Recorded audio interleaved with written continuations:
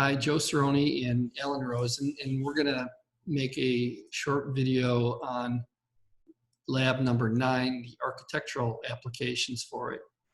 And so if we go into D2L, you can download the ARC Module 9 PDF, which is shown right here.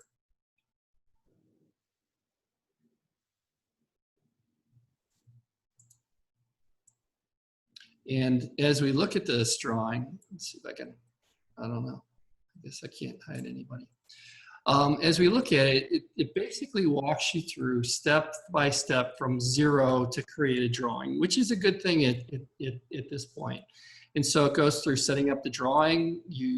Limits are not really that big a thing. I don't know why they always go through limits, units, and layers, but units are important. We'll have to set that for architectural, and then we'll create layers, and then we'll draw these different shapes. And so basically what they do is they say, come in here and set up your units and your limits. And they actually have the coordinate for the limits.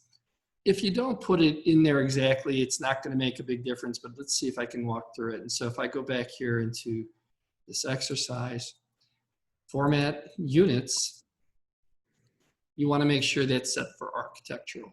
And by doing that, what it's going to do is it's going to allow you to input your coordinates in feet and inches. And so when we look at some of the measurements and things like that, if I drew a line, it's measuring out in feet and inches. And so I could track it, and I could say 3 apostrophe, and that line is now 3 feet. And then if I wanted to measure that, I could measure it, and it tells me it's 3 feet. So it goes through this drawing setup and then creating a grid and a snap. As far as the limits go, lower left-hand corner, and I might ask you to read this to me, 2 feet, 2 feet 6. So let's see, so if I say limits, and then the lower left, and it is properly set, minus 2 inches, comma, 2 feet, comma, 6 inches. And then if I hit enter, that'll accept the default. And then the upper right, 4 feet and 3 feet 6 inches. And the only thing that does is really determine if the grid setting is set for it to be within that, which it's not. So you use the grid display command. And then if you change this from 3 to 2, I can see that's where the grid was set up. And it's not where it should be. It doesn't make a huge difference. The problem with this value is the upper right-hand limit isn't set high enough. It's a moot point. Let's go back and we'll take a look at some of these other things. And then we set up our grid, and then we set up our snap, and then we create these layers: border, slab, text, brick. And so if we take a look at this drawing, I'm going to turn off my grid, GRID. I like to type things a lot. That's just the way I was taught. But if we go into our layer properties, we can then take a look and see if we've created the proper layers. And then each of the different items will be created on those different layers. And so some of the things your CAD managers will do is they'll go in here and they'll say, okay, was the earth layer, which will be this dirt down here, created on the earth layer. So if I go in, was the geometry created on it? And it's important that when you do work with other people in a professional environment that you do follow these standards, because other people will use your drawings. And then if it doesn't fall within the layering scheme, they have to fix it. And so it causes more rework. So it's important to follow those standards. And then as we go through, the exercise walks us through how to draw up this bottom slab, and they just give you the coordinates and have you draw through it. And the same with this brick, where we'll draw a brick, and then we'll array it linear so that you have one column, or one column, and then 1, 2, 3, 4, 5, 6, 7, 8, 9. Looks like 10 rows, so 10 bricks. And so they set you with this information to create this geometry step by step. And then as you start to work with it, we'll put in these patterns. And so we'll put in this ANSI 31 pattern at a scale of 6. And the scales are just purely however they've written that program to hatch that CAD geometry. So if I come back to my drawing,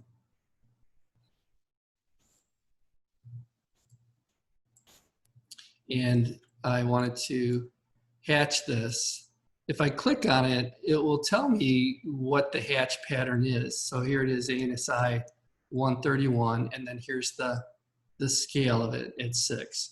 So if I delete it, and then I want to put it back in, I would put that on, typically on the hatch layer. I guess it was on, I might be off. But I'm just going to leave it at this color for right now. So we'll just use the current layer. We go to the hatch command, and then we get our ANSI 31. It remembers the last value, and then I just come in here, and as you go through and apply it,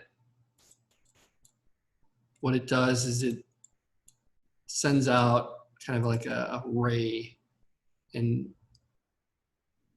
sometimes the geometry for the dimensioning will get in the way, but fairly simple to do. And then you just hit the green check mark. The biggest problem people will often have is with the scales. If the scale is not set right, if I put this at 1, it's much smaller, much too small.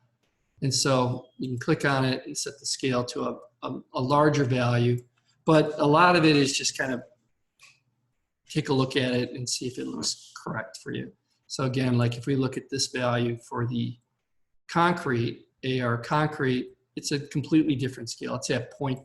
If I was to put it at 6, I only get a little bit of that.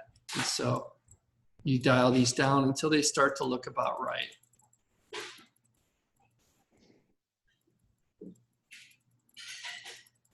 And Joe, the other one is there for you already. So you have to click on it if you want. It's in D2O. Okay, I don't know if we'll do the mechanical one because I already have a video. No, I'm talking about the architectural one if you want it. Okay. So as we go through it and we take a look at this exercise, it's just a drawing exercise, and then being able to use these different hatch patterns. Use the AR sand 1/2 inch at a scale of 1/2 and an angle of 0. And so when they say, like this one, earth pattern, scale 9, angle 45, what they're talking about is if we were to go back to our drawing,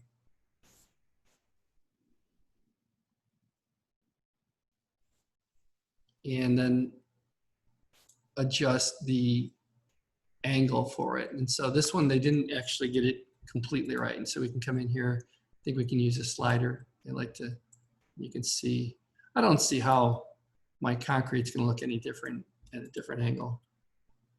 Looks the same to me, Al. What about you? Sounds good to me. So just a lesson in following directions and using hatch patterns, and then putting in these multi-leaders in text. And so as you work with architectural drawings, you know, putting the dimensions on and things like that is a little bit more work.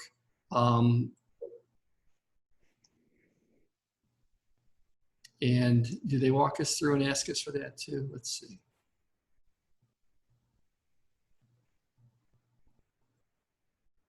Set the dimension layer as the current and draw the required dimensions. And so the biggest problem people will have with the dimensioning on this is sometimes they won't put in the proper dim scale. And so if I look at this, there really isn't any dimensions on it. There were some measurements in here somewhere else I saw with some numbers, but most of these are just multi-leaders from what I can see. And so if we wanted to put in a multi-leader for something like compact sand fill, we can come back here to our drawing exercise. And then if I want to put in a multi-leader, I'll go to annotate, and here's my multi-leader.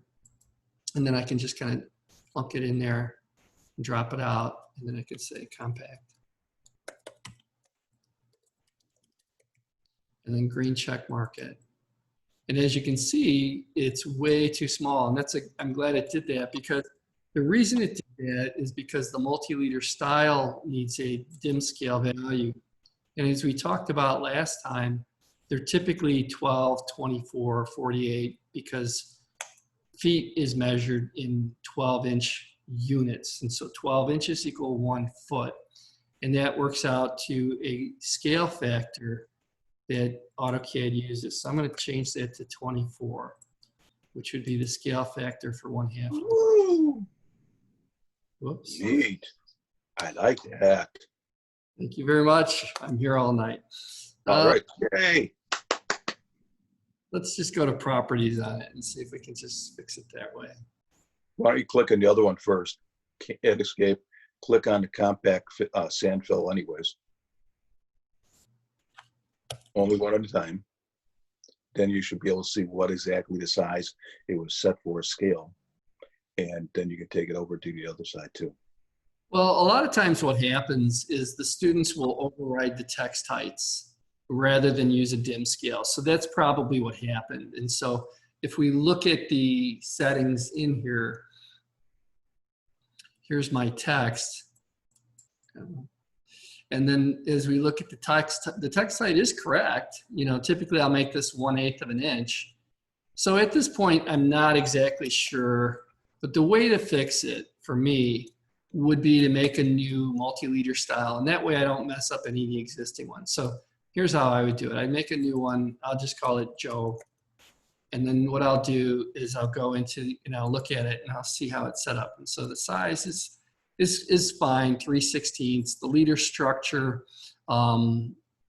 leader points, 1.2. If you say 3 points, it'll add another point.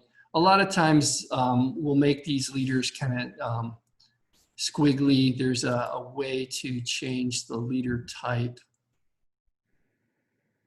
I would change the scale here. Let's try 12 this time instead of 24. And then here's my text height, 3/16. I like these to both be middle of top of line, so that looks good. And then we'll say okay, close it. And then we should be able to put that on my Joe file. Up on top, you missed it. There's an arrow going down. Thanks, Joe. Yep. So it's a little bit large, you know, it's typical textbook stuff. If I go back to modify, and this goes back to Joe's SpongeBob thing, we're just increasing the size of everything by a scale factor. And so we'll go down with 6. We'll say okay, close it. This will get me out of the office and onto the job. If I wanted to do anything else with it, I could certainly modify, you know, the arrowhead types and things like that, but I don't want to overcomplicate this exercise. And so that's a quick video on the exercise for the architectural application. And I'm going to stop the recording of it and then we'll continue our meeting.